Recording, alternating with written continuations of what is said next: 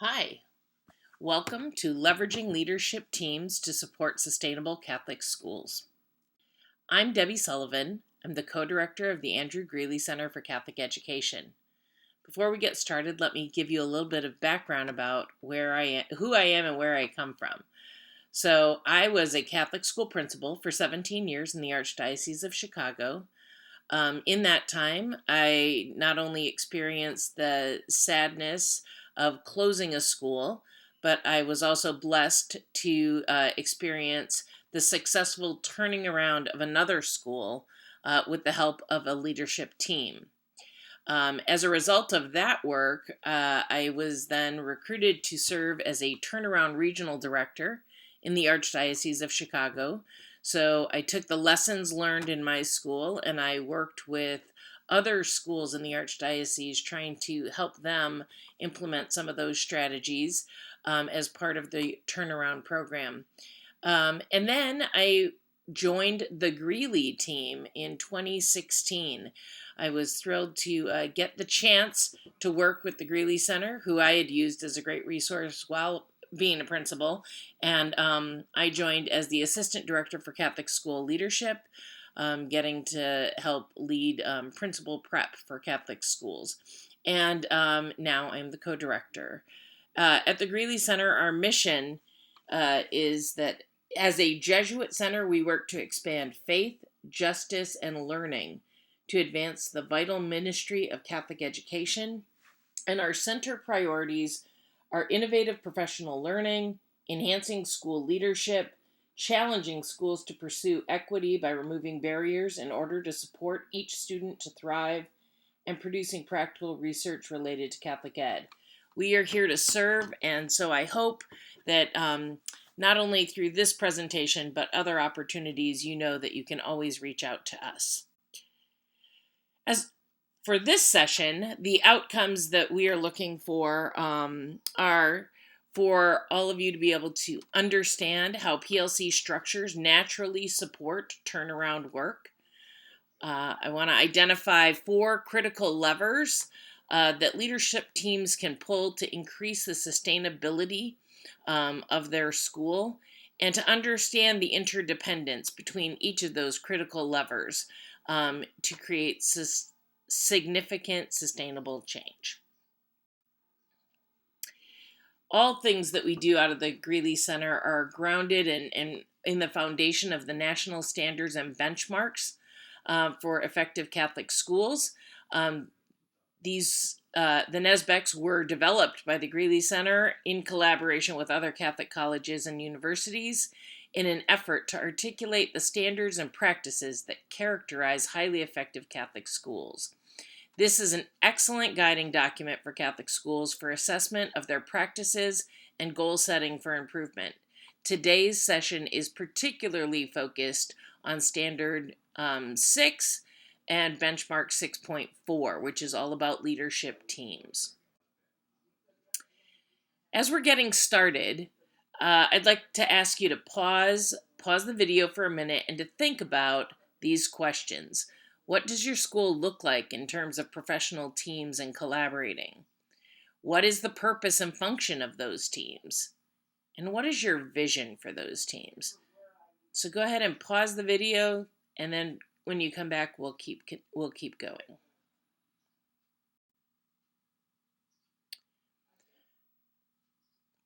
Let's start with defining PLC. So PLCs are a specific way for a team to work together to ensure that they are focused on the right work, getting the work done, growing professionally, and experiencing success and validation. Traditionally, we think of these teams as teachers working on improving instruction and learning. I want to make the case that this same team structure can be a leadership team working on improving the sustainability of the school. So as we go through the rest of these slides, I hope to make that shift and that parallel comparison. There are essential structures that effective PLCs have, and we want to make sure that those structures are in place in order to support that efficiency and effectiveness of the PLC, the team. First, we have time. You need time to do the work. PLC meetings or team meetings should be frequent, ideally weekly, but it could be every other week. I know that there is always something pulling for a leader's attention, but if PLCs are a priority, the schedule will reflect that, and the time will be designated and protected. The time also needs to be focused.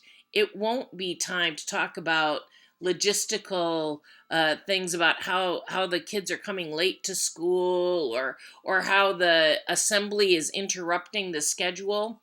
Those logistics are important, but need to be hashed out at a later time.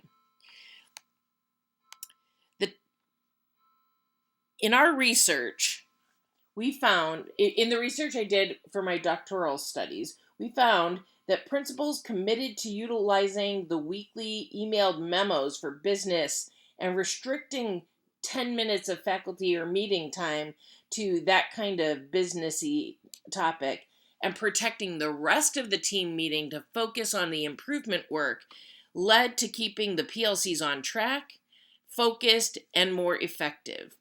If this focused strategy works on academic improvement, I'm theorizing and actually have experience that it can work for operational improvement as well. Norms and protocols. So what has your experience been with setting and keeping norms? To be honest, I used to roll my eyes at norms. They were read at the beginning of meetings, but no one really paid attention to them. However, research validates that productive behavioral norms that are lived by all members of the group are the one distinguishing factor between effective and ineffective teams. So the question becomes, how do we make our norms meaningful? In my experience, norms work best when they address the real problems for the individuals in the group, and so they should be set by that group. It takes time to set that at the beginning of the team forming, but it's time well spent. In addition to the norms, you need to have some set protocols to give shape to your meeting time. One example is agendas with clearly articulated and developed objectives that ensures that our time together is focused and productive, and we know what the outcome of our meeting time will be. Teams also need to be focused on collective learning and applying that learning. The heart of the work of the PLC is to use data to improve outcomes. You can organize and analyze quantitative data and use that to drive improvements. For example, in academics, we look at academic quantitative data like test scores and benchmarking, etc. We have financial data, tuition collection, expenses, fundraising, etc. We also have marketing data, enrollment numbers, prospective inquiries, recruiting events. We also could consider community building, and some quantitative data for that is attendance at events, participation in planning of efforts, the volunteers that show up for things. These are ways that we can track and monitor how we are doing and learn together as we work. So you'll notice that all of those were 4 different areas, not just academics. Another area for attention that we need to make sure we have for an effective PLC or a team is shared personal practice. PLCs and teams must have routines embedded through which all the participants can share their personal practice. This will look like participants sharing their work product and data with the team for analysis and feedback. It requires team members to be vulnerable with each other.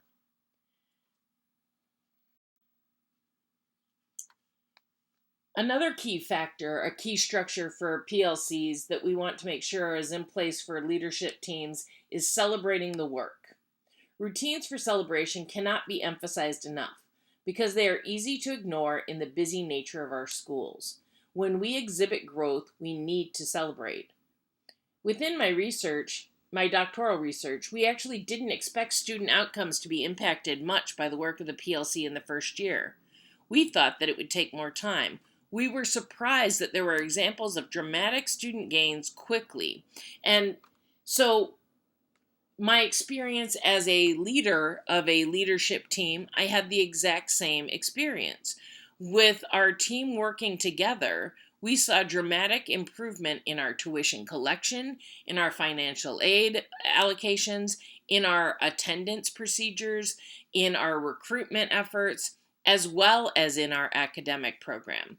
And so I would say that the attention and the focus uh, has the potential to make some quick gains if you're focused on some early low hanging fruit, so to speak. And so you need to make time to celebrate those gains to gather momentum. All right, let's pause for a moment.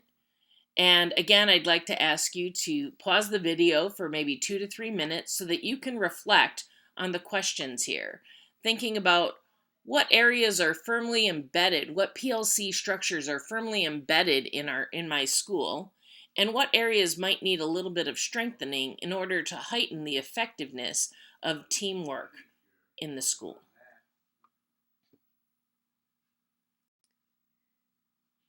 Welcome back. Now I want to focus on collaboration because teams rely on collaboration. It's very important that we think about this, that in working as a team, we can drive the improvement. Conversations don't always feel good. It can be hard to talk about what is not going well, to have more questions than to have answers, but those are important. And those questions are important in driving the improvement. Ultimately, real collaboration leads to improvement. Real collaboration requires evidence, not perception. And real collaboration requires collective learning and responsibility. And so we want to really think about how, as a team, we are collecting evidence, we're having the difficult conversations, and we're holding each other accountable and responsible to be present and engaged in this process. The fact that we come together as a team and we collaborate is great, but if we are not focused on the right work, we aren't going to be able to make the improvements to the greatest degree that we need or that we want. We may not hit the goals of what we ultimately want. So what we need to do is really focus on the right work. So we need to think about what's going well, what isn't, and what can we do about it. And we need to identify what is the evidence that we're going to monitor for our progress. All right. Now I'm going to shift to talking about the 4 leadership levers that are critical for Catholic school sustainability. So from my experience of working with a leadership team, the 4 areas, the 4 levers that we focused on were: how are we living out our mission as a Catholic school? How are we driving academic excellence with our teachers and students? How are we marketing our school to support retention of current families as well as recruitment of new families? And how are we doing operationally? So we're going to go forward and I'm going to talk a little bit about each one. So our first lever is being mission focused and driven. We need to make sure that we are collecting evidence about how we are delivering on our mission. Our Catholic mission requires that it's a team, it's a community effort, that we are all committed and we are all delivering on this. There needs to be a commitment to constantly trying to improve and strengthen that delivery on our mission. So asking those questions about how are we fulfilling our mission as a Catholic school, and how does our school support our parish mission if we are a parish school? So really taking time to think about that as a team and to find ways to always strengthen that connection to our mission and that delivery on the promise of our mission. The second lever is around instructional leadership. How are we driving academic excellence with our teachers and students? Are we providing quality, ongoing professional development? Are we giving regular feedback to teachers? Do we support faculty PLCs for efforts like MTSS or curricular improvements, just generally engaging teachers in professional conversations around improving practice and student outcomes? We need to be tracking and monitoring student progress and making instructional adjustments when necessary to ensure that student learning is always improving. Our third lever is around marketing. How are we marketing our school to support retention of current families as well as recruitment of new families? So, if as a leadership team we are talking about that question, we're thinking about our communication, both the internal communication systems as well as our external communication systems. We have a plan and we monitor our plan for how we're recruiting new families.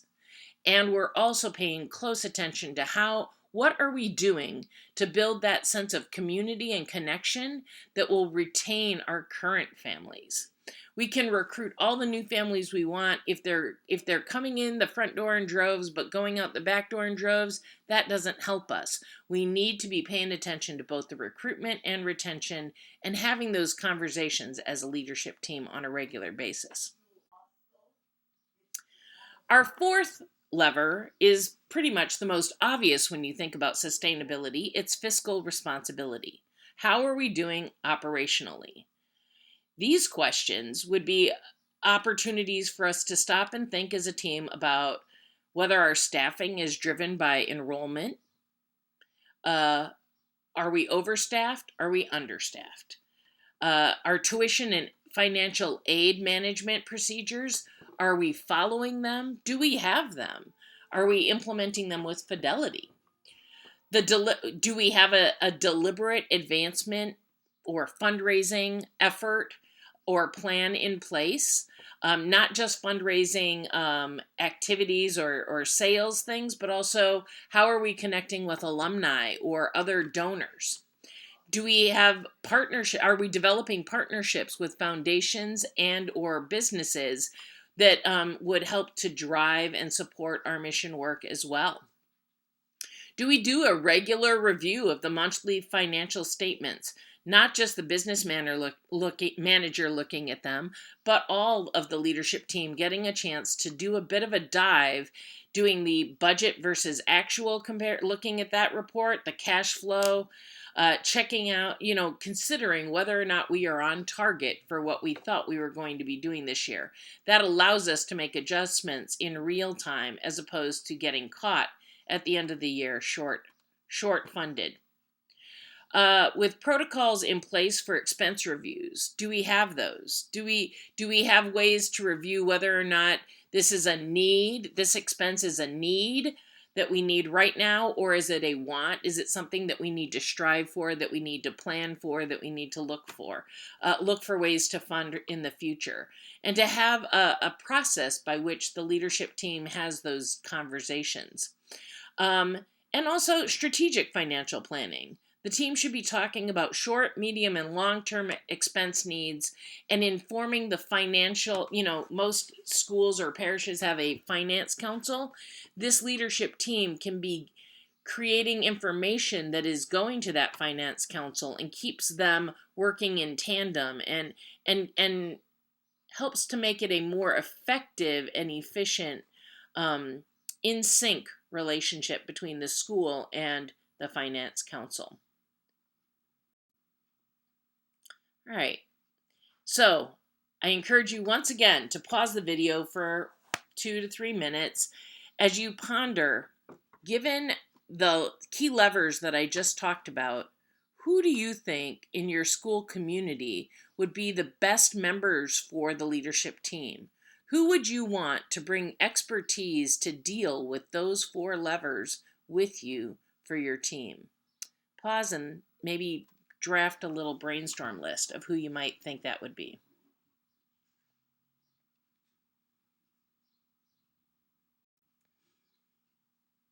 All right, welcome back. Now that we've talked about how the PLC uh, strategy or the structure can be shifted to be a leadership team, and we've talked about the four levers, I just wanted to take a few minutes to help create a basic what's next action plan. What can you do with this information? So, first step is to form that leadership team to make sure that you're getting the right participants around the table in support of the work of the school and as of you as the leader. So, who would you want? Would you want the pastor? Would the business manager? Is there a marketing director? A learning specialist? Are there other people with expertise that you think should be on that leadership team? You don't want the leadership team to be too big. It shouldn't be cumbersome. So you want to think maybe 4 to 6 people at most. And ideally, it's people that you trust deeply, that can hold a confidence, and that can be available on a regular basis for that weekly or biweekly meeting to keep to keep the team engaged and working on that tough work. The second step is to really be clear about the mission and vision and focus for that leadership team's work, making sure that the leadership team knows those four levers and understands their connection and their roles with those levers. Why are we here as a school? Why are we doing this? And where are we going? What are we trying to achieve with our work here? Before we get too far ahead of ourselves, though, we also need to ground ourselves in our current reality. So the team should take a little bit of time to examine the current realities. Look at the historical trends in those four lever areas. So look at the academic quantitative data. Look at the financial data. Look at your marketing data, whatever you've been collecting and that you can check out and look at those trends. Any of the data that you've collected around your community building activities, how you've engaged volunteers, attendance at events, whatever. I know not all schools collect that kind of data right all the time, and so possibly this is an opportunity to recognize we haven't been tracking that. Maybe we should start and set some systems in place to do that. But you want to look at those trends over a year or two, not just the current year, but a trend. Look for a trend so that you can start setting some goals for where you want to go. So once you've looked at your trends, you can start developing your plan as a team. And you want to develop that action plan and align that plan to your mission and vision, and making sure that you put in place structures and supports, resources to help you get there. So you want to ensure that the people on the team know what areas of the action plan they are responsible for driving, and that they know what the timeline is and how they are going to be sharing their progress towards those goals with the team on what kind of regular basis. What is the plan for when they're responsible for reporting back to the team?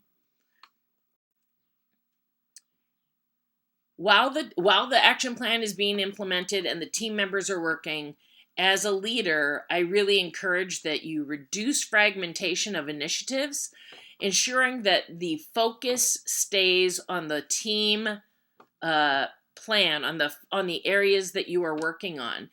You want to make sure that you aren't distracting or creating too many pressures aside from those lever areas, so that things don't get diluted and your attention doesn't get diverted.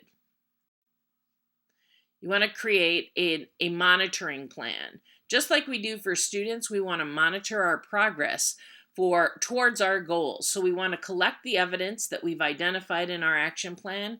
We want to review that evidence on a regular basis, and we want to make any adjustments as a team that we see need to be made in order to ensure that we stay on track to move towards our goals, or if we've gotten off track, to get us back on track moving towards our goals. As a team, we need to be committed to ongoing problem solving, always working around the logistics, supporting staff, and celebrating their hard work as they are supporting these efforts as well. Don't let problems derail our efforts. We need to work together to solve the problems and navigate through whatever storms come. It's important that we kind of do that. Simultaneously, we are, through all of this, we are fostering a sense of collective responsibility. Everyone has to be responsible for the success of the school.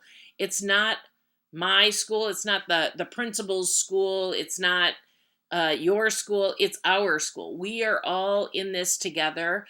We succeed or we struggle together, and we need to make sure that everybody feels that collective ownership in order to feel like they are part of the team and part of the success and the work.